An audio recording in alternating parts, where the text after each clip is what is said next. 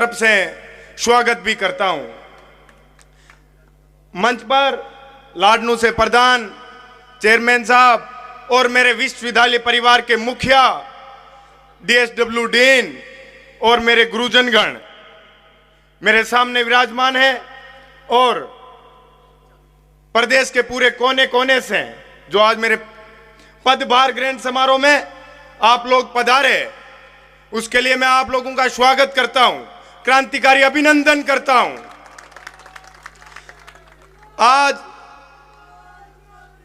ये मेरा पदभार ग्रहण कार्यक्रम, वैसे तो राजस्थान विश्वविद्यालय की परंपरा रही है कि जैसे ही शपथ होती है उसके अगले दिन शपथ ग्रहण समारोह के बाद में पदभार ग्रहण भी हो जाता है, लेकिन मैंने छात्र संघ अध्यक्ष बनते ही राजस्थान विश्वविद्यालय की छात्र शक्ति से वादा किया था कि आपकी कई सालों से बनी हुई डिजिटल लाइब्रेरी, जो प्रदेश की सबसे बड़ी और पहली लाइब्रेरी है, उसका जब तक उद्घाटन नहीं होगा आपका भाई छात्र संघ अध्यक्ष की कुर्सी पे नहीं बैठेगा।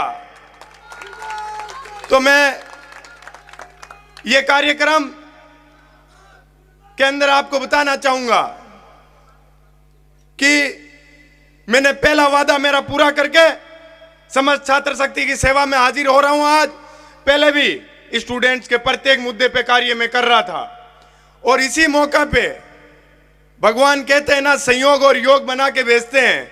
बड़े भाई आदरणीय मुकेश जी का जन्मदिन और मेरे लिए यह सौभाग्य की बात है कि इसी दिन मेरा पदभार ग्रहण कार्यक्रम, ये राजस्थान विश्वविद्यालय की छात्र शक्ति सौभाग्यशाली है कि इन लोगों को मुकेश भाकर जैसा एक सेवक, जो राजस्थान विश्वविद्यालय के अंदर कई सालों तक गांव ढाणियों से जो छात्र आते थे, उनके चाहे काम हो चाहे उनके साथ कोई अन्याय हो, तो सबसे पहले उनके साथ खड़े रहने वालों में बड़े भाई मुकेश भाकर का नाम जाना जाता है।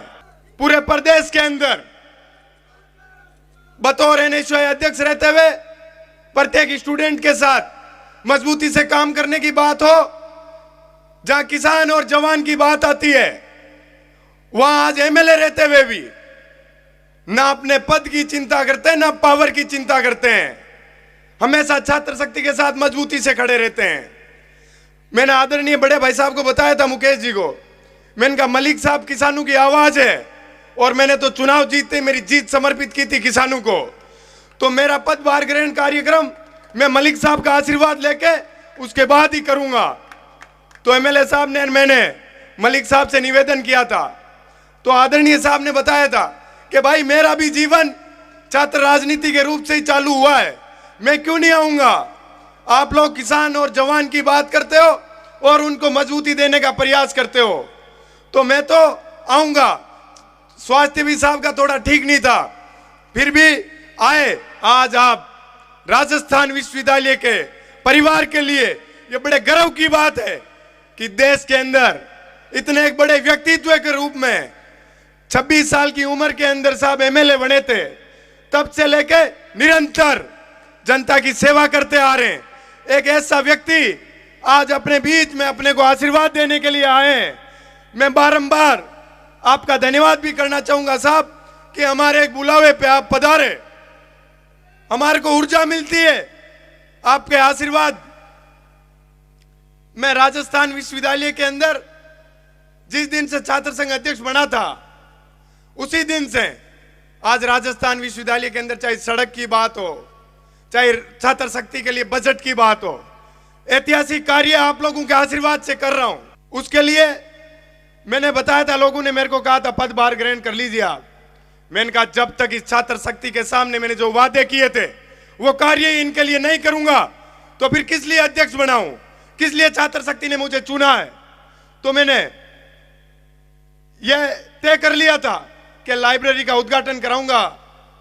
मुख्यमंत्री जी जब उद्घाटन करने आए थे तो मुख्यमंत्री जी को भी मैंने बताया था कि हमारे लिए गर्व की सौभाग्य की बात है आपने पधार के इस राजस्थान विश्वविद्यालय की छात्र शक्ति को एक नई सौगात दी है, जिससे राजस्थान विश्वविद्यालय की छात्र शक्ति को शिक्षा के अंदर नए आयाम तक जाने के लिए मुकाम मिलेगा। वहां पढ़ने लिखने के लिए एक नई दिशा मिलेगी।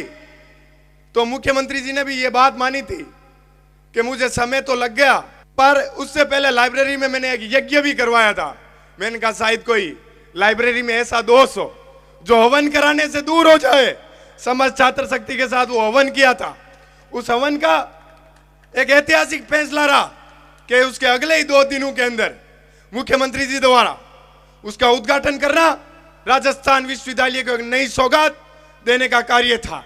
मैं आज आप लोगों को बताऊंगा, मैंने कसम खाई थी कि इस राजस्थान विश्वविद्यालय की शिक्षा के एक अहम बड़े अटल पे लेके जाना है। उसके अंदर माननीय कुलपति महोदय भी हमेशा जहां छात्र शक्ति की बात करता हूं उनके साथ मजबूती से खड़े रहते हैं और अहम निर्णय लेते हैं। राजस्थान विश्वविद्यालय की छात्र शक्ति की सेवा में हमेशा तत्पर रहते हैं। मुझे भी अच्छा लगता है कि इस संस्था का मुखिया राजस्थान विश्वविद्यालय की छात्र शक्ति के लिए कार्य कर रहे हैं। यह कि गर्व की बात है।